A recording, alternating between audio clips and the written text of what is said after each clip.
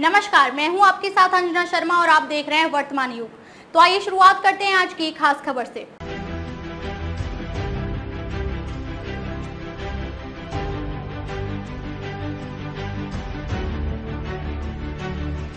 महाराष्ट्र झारखंड के चुनाव की तारीखों का जल्द होगा ऐलान। जाने क्या सोच रहा चुनाव आयोग। जम्मू कश्मीर और हरियाणा के विधानसभा चुनाव संपन्न हो चुके हैं। अब चुनाव आयोग बाकी 2 राज्यों में चुनाव कराने की तैयारी कर रहा है। चुनाव आयोग जल्द ही महाराष्ट्र और झारखंड विधानसभा चुनावों की तारीखों का ऐलान करेगा।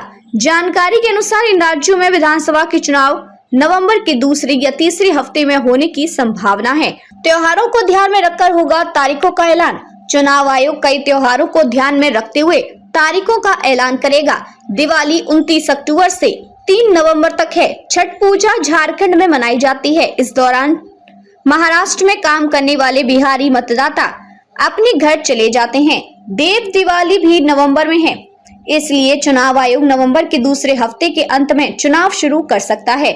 इससे प्रवासी मतदाताओं को त्योहारों के बाद वापस आने का समय मिल जाएगा। कई जगहों पर हो सकते हैं उपचुनाव।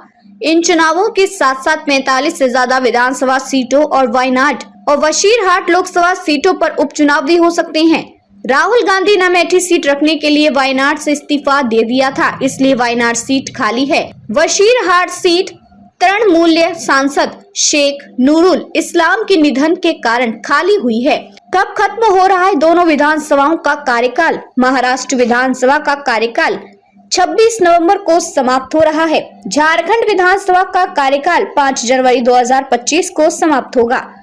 2019 में झारखंड में 5 चरणों में और महाराष्ट्र में 1 ही चरण में चुनाव हुए थे। चुनाव आयोग ने जम्मू कश्मीर में 6 से 7 चरणों की बजाय 3 चरणों में चुनाव सफलतापूर्वक कराए थे, इसलिए इस बार झारखंड में भी जल्दी चुनाव संपन्न होने की संभावना है। खबरों में अब तक के लिए बस इतना ही। फिर होगी आपसे मुलाकात कुछ ऐसी ही खास खबरों के साथ। तब तक के लिए नमस्कार और देखते रहिए वर्तमान युग।